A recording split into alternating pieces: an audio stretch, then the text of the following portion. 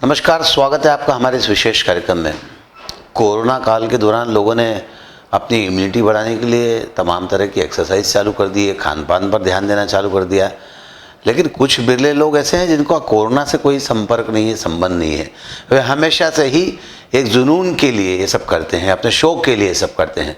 तो मैं आपकी मुलाकात करवा रहा हूँ आशुतोष व्यास से। स्वागत है आशुतोष आपका हमारे इस कार्यक्रम में। Thank you sir. आशुतोष के बारे में आपको बता देना चाहता हूँ कि आशुतोष व्यास अभी दिल्ली से मुंबई के बीच की एक साइकिलिंग पूरी कर लौटे हैं। इसके पहले फ्रांस में भी 1200 किलोमीटर की साइकिलिंग कर चुके हैं और हर वर्ष कुछ नया करने की कोशिश करते रहते हैं। तो आशुतोष, सबसे पहले तो आपने जो ये दिल्ली से मुंबई के बीच की साइकिलिंग पूरी की, इसके लिए बहुत बहुत बधाई। इंदौर से 2 लोग थे जिन्होंने ये कारनामा किया है, तो इस यात्रा के बारे में जानना चाहते हैं।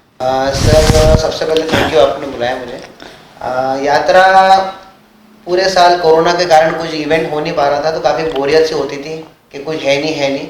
लेकिन साइकिलिंग के जैसे ही इवेंट का मालूम पड़ा, एक्चुअली मेरा एक नेक्स्ट ईयर लंदन में एक इवेंट है, उसकी प्रिपरेशन के लिए मैंने सोचा कि ये इवेंट काफ़ी अच्छा रहेगा। और ऑर्गेनाइज़र पहचान के थे, तो दिल्ली टू मुंबई जैसे उन्होंने बोला कि ये हर साल करते ही, उनका 5th ऑर्गेनाइजेशन था, 4 साल से वो कर रहे हैं। 1460 किलोमीटर्स का ये ट्रेवलिंग था। और ऐसा इसमें फेस वाइज रहता है कि पर डे आपको पहले से पता रहता है कि आपको आज कितनी किलोमीटर्स करना है और आपका कहाँ पे स्टे है रात का। और अर्ली मॉर्निंग वापस से 6 बजे आपका जो है फ्लैग ऑफ होता है। तो 43 राइडर्स इसमें ऑल ओवर इंडिया पार्टिसिपेट करा। 2 जने हम उसमें इंदौर से थे। और साइकिलिंग मुझे लगता है कि कोरोना टाइम में रनिंग से रिलेटिवली काफ़ी सेफ है, क्योंकि इसमें एक तो आपके हार्ट रेट थोड़ी कम रहती है ड्यूरिंग राइड, और दूसरा बंदाना जो है वो आप पूरे टाइम राइड के दौरान पहन सकते हैं, क्योंकि आपके हार्ट रेट कम है तो आप बंदाना पहन के पूरा राइड कर सकते हैं। तो मुझे लगता है कि कोरोना काल में साइकिलिंग जो है काफ़ी सेफ है, और इसीलिए इंदौर में और पूरे ऑल ओवर इंडिया में जो साइकिलिंग के प्रति अभी जो रुझान लोगों का हुआ है, वो इसी को लेकर हुआ है कि लोगों की इम्यूनिटी भी बढ़ रही है और लोग इजीली बंदाना या कोई भी मास्क पहन के इजीली इसको कर सकते हैं। रनिंग थोड़ा कंपेरेटिवली डिफिकल्ट है, आप मास्क पहन के आप रनिंग नहीं कर सकते, क्योंकि रनिंग में आपका हार्ट रेट ज़्यादा रहता है, तो वो आपको प्रॉब्लम क्रिएट करता है। तो बस साइकिलिंग का इवेंट था, और इस साल में बड़ा इवेंट हुआ भी नहीं, तो मौका था, करा और काफ़ी अच्छा लगा। सभी 43 राइडर्स ने इसको कंप्लीट करा सक्सेसफुली। और टेम्परेचर वेरिएशन काफ़ी था, मतलब दिल्ली हम गए तो 4-5 डिग्री टेम्परेचर था, काफ़ी चैलेंजिंग था हमारे लिए। ठंड में साइकिल चलाना थोड़ा चैलेंजिंग रहता है। फिर जैसे जैसे राजस्थान पे गए, टेम्परेचर 10-12 डिग्री 14 डिग्री तक हुआ, और जैसे जैसे उसके बाद हम गुजरात और महाराष्ट्र में आए तो 30+ और 35 बहुत अच्छी खासी गर्मी हो गई थी। तो काफ़ी सेफ जर्नी थी, बिकॉज एवरी डे हमारा टारगेट फिक्स रहता था, दिल्ली से जयपुर 20 किलोमीटर चलाना है। जयपुर में हमारे लिए होटल फिक्स रहता था कि हम राइडर्स के लिए वो बुक होता था, वो पूरा सैनिटाइज होता था फुल्ली, और हम राइडर्स के अलावा वहाँ पर दूसरे कोई भी नॉर्मल स्टे नहीं था। ऑर्गेनाइजर का ये अच्छा प्रयास था कि राइडर्स सेफ रहें, और एक मैसेज जो है all over throughout the route, all over India, Delhi से मुंबई तक पूरे रोड पे मैसेज साइकिलिंग के लिए, फिटनेस के लिए, कोरोना से फाइट करने के लिए, आपकी इम्यूनिटी बढ़ाने के लिए, एक साइकिलिंग को प्रमोट करने के लिए एक मैसेज जो था, वो लोगों ने हमको देखकर और हमने कोशिश करके उसको करा।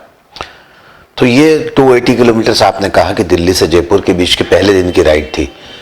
इसके बाद एवरेज राइड पर डे कितनी रहती थी? 250, 270, 240। लास्ट डे हमारा सबसे कम था, क्योंकि उस दिन हमको गेटवे ऑफ इंडिया मुंबई में फिनिश करना था, तो उस दिन एक फोटोशूट और ये सब था, इसलिए लास्ट डे हमारा 190 किलोमीटर सबसे लोवेस्ट था, जो 200 से कम था।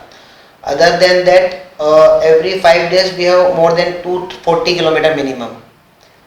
283 हमारा सबसे ज़्यादा दिन था। 3rd दिन जो था भीलवाड़ा से रतनपुर, और वो काफ़ी चैलेंजिंग भी था, क्योंकि उदयपुर से रतनपुर वाला रूट जो है वो पूरा रोलिंग टेरेन है, पूरा हिली टेरेन है। तो वो 3rd डे हमारा सबसे अच्छा चैलेंजिंग भी था, ठंड भी अच्छी थी, रोलिंग हिल्स था, क्लाइंबिंग भी था, और 283 हाईएस्ट किलोमीटर था वो। आपने कहा कि चैलेंजिंग भी था।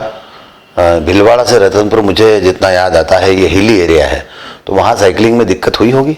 लास्ट ईयर जो पेरिस का जो इवेंट करा है वो पूरा हिली टेरेन पे ही था, तो उसके लिए मैं पहले भी प्रैक्टिस कर चुका हूँ, और इस साल भी मैं उसके लिए प्रिपेयर था ऑलरेडी, और मैं उसके लिए प्रैक्टिस करके ही गया था हिली टेरेन्स पे।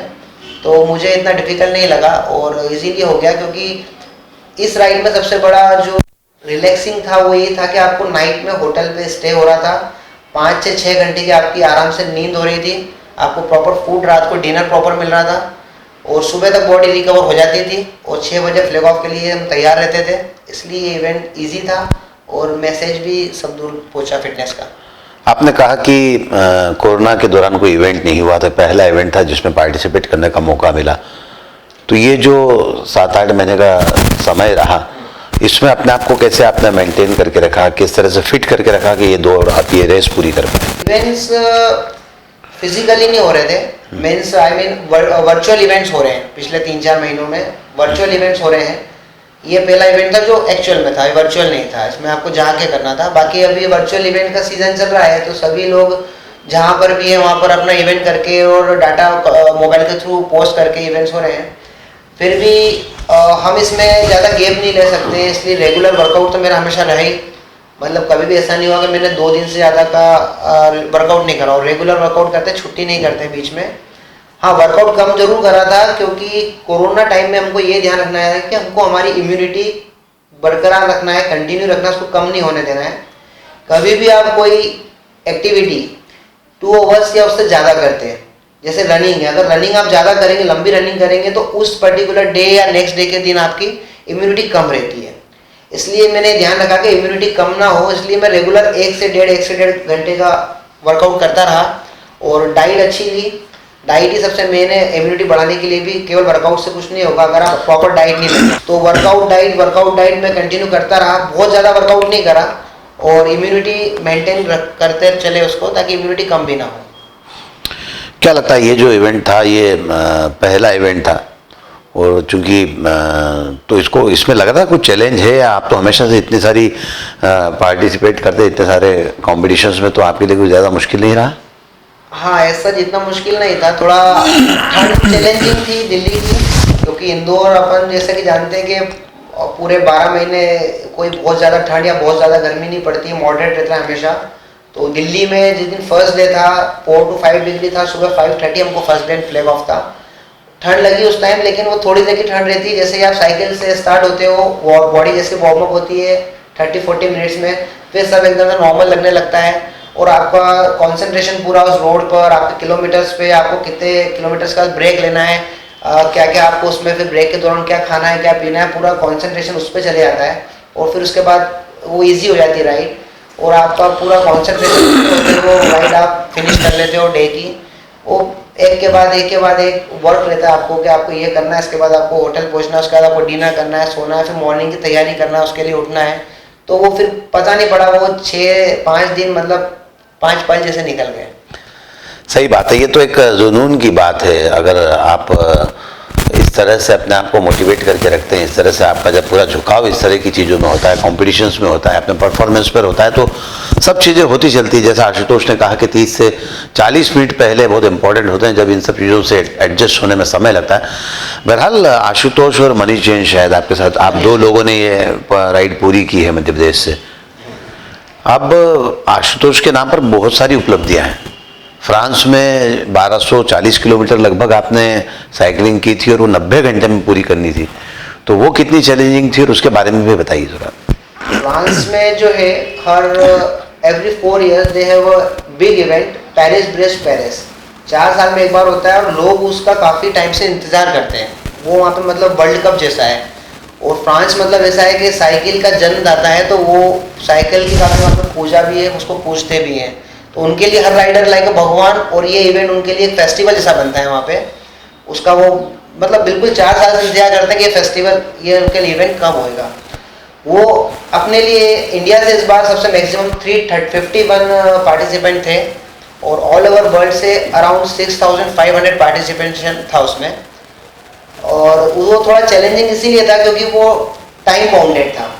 उसमें आपको 90 आवर्स का टाइम लिमिट रहता है। 90 आवर्स में आपको 1230 किलोमीटर राउंड रहता है। 90 आवर्स में जो लोग कंप्लीट कर पाते हैं उन्हीं को वही क्वालिफायर कहलाते हैं, उन्हीं को मेडल मिलता है, वही फिनिशर कहलाते हैं, उनको सर्टिफिकेट मिलता है। जिनका 90 आवर्स के बाद जाता है वो वहाँ पे क्वालिफाई नहीं कहलाते हैं। और वेदर काफ़ी चैलेंजिंग रहता है कि वही वहाँ पर आपको नाइट में कोई स्टे नहीं है, आपको रेस्ट के लिए टाइम नहीं मिल रहा है, रात भर आपको कंटिन्यू सुबह से शाम के बाद रात को भी फुल नाइट आपको साइकिल चलानी है। ऐसी 4 नाइट्स मैंने वहाँ पे निकाली है और 351 टोटल इंडियंस में से अराउंड 30-35 पार्टिसिपेंट इसको कंप्लीट कर पाए with in time and I am the one of them. उसका एक कारण यह था कि 4 रात में मैं केवल थर्ड नाइट में 3 घंटे के लिए सोया, 3 आवर्स ओनली फॉर, उसके अलावा मैं सोया ही नहीं, क्योंकि वहाँ पर हर 100 किलोमीटर में कट ऑफ पॉइंट रहता है और उस कट ऑफ पॉइंट का एक टाइम रहता है, अगर उस कट ऑफ पॉइंट तक आप नहीं पहुंचे तो आप उसी टाइम वहीं पे डिस्क्वालीफाई। तो जब मैं 600 पे पहुंचा और मैंने जब रेस्ट लिया और मैंने व्हाट्सएप पे देखा तो मैंने देखा काफ़ी इंडियंस स्टार्टिंग के 400 किलोमीटर से डिस्क्वालीफाई हो चुके हैं, क्योंकि उस राइड में इतना टफ एलिवेशन रहता है। Around in every 100 kilometre it's 1 kilometre of elevation, 1 kilometre का उसमें 1000 मीटर का एलिवेशन है और टोटल 1200 किलोमीटर में 12 किलोमीटर का अप्रॉक्स एलिवेशन था। काफ़ी चैलेंजिंग राइड रहती है वो, उसको टफेस्ट राइड बोलते हैं। और वो जब मैंने सुना ही था तभी मैंने सोचा था कि यहाँ तो जाना है। इसके पहले साउथ अफ्रीका भी आप जा चुके हो? रनिंग के लिए जा चुके हो। तो आशुतोष मल्टी टैलेंटेड हैं, वो साइकिलिंग भी करते हैं, रनिंग भी करते हैं और चैलेंजेस को लेने की इनकी क्षमता है और उसमें उस चैलेंज को लेने में इनको आनंद भी बहुत आता है। फिलहाल आशुतोष, हमसे बातचीत करने के लिए बहुत बहुत शुक्रिया। Thank you so much. तो ये थे आशुतोष व्यास जो हमसे बातचीत कर रहे थे, का तमाम सारी उपलब्धियों के धनी। आज के इस कार्यक्रम में बस इतना ही। सुनील जोशी को दीजिए इजाजत। नमस्कार।